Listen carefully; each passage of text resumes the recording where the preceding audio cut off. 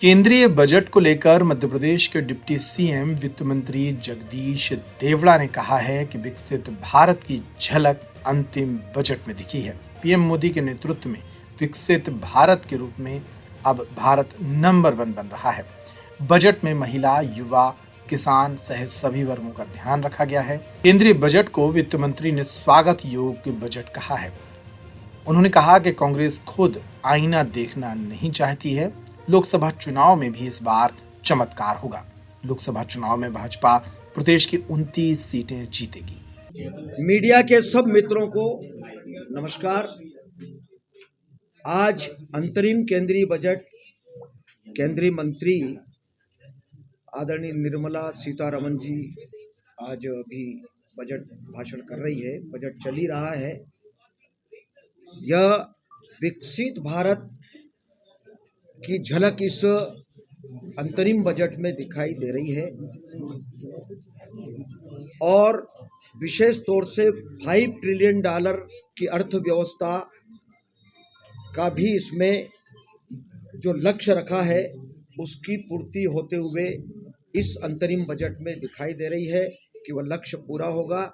यह यशस्वी प्रधानमंत्री नरेंद्र मोदी जी के नेतृत्व में हो रहा है और 2047 तक का जो लक्ष्य देश के यशस्वी प्रधानमंत्री नरेंद्र मोदी जी ने जो रखा है कि पूरे विश्व में विकसित भारत के रूप में भारत हमारा नंबर 1 पर रहे, इस लक्ष्य को पूरा करने का भी पूरा ध्यान इस अंतरिम बजट में रखा गया है।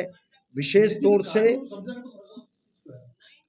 तौर से गरीब, महिलाएं, युवा और किसान पर इसका फोकस किया गया है।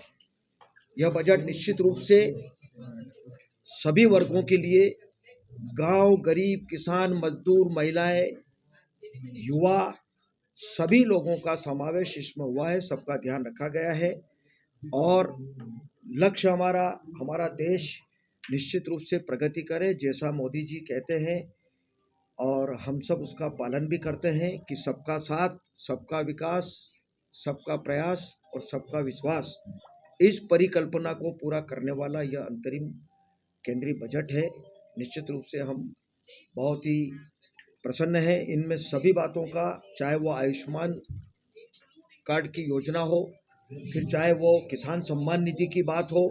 मुझे लगता है कि अभी बजट भाषण चल ही रहा है, कई बातें इसमें और आना भी है, लेकिन अभी जो कुछ बातें आई है सामने, समग्र रूप से सारी बातें, जो योजनाएं केंद्र सरकार की चल रही है मोदी जी के नेतृत्व में, उन सब का ध्यान इस अंतरिम केंद्रीय बजट में रखा गया है। मध्य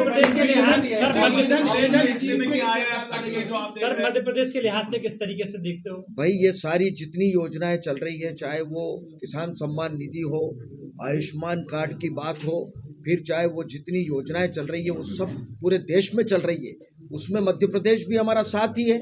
इसलिए जो कुछ बजट में आ रहा है वो मध्य प्रदेश में भी उसका लाभ मिलेगा और इन सब बातों का ध्यान रखा गया है। अब मेन बजट जब आएगा तब उसके बाद में कई चीजें सामने आएंगी। बिल्कुल, सभी का मैंने कहा कि मिडिल क्लास का भी, जो गरीब है उनका भी, किसान का भी, युवा का भी, महिलाओं का भी, सभी क्लास के लोगों का इस अंतरिम केंद्रीय बजट में ध्यान रखा गया है। बहुत खुशी की बात है नरेंद्र मोदी जी के नेतृत्व में, और आज जो हमारी वित्त मंत्री निर्मला सीतारमण जी ने जो कुछ अंतरिम बजट रखा है वो वास्तव में स्वागत योग्य है और इसका लाभ मध्य प्रदेश के लोगों को भी इन सब योजनाओं का लाभ मिलेगा। उधर मोदी सरकार के अंतरिम बजट पर भाजपा के प्रवक्ता नरेंद्र सलूजा ने भी अपनी बात रखी है। नरेंद्र सलूजा ने कहा कि ये ऐतिहासिक बजट है और इसमें सभी वर्गों का ध्यान रखा गया है।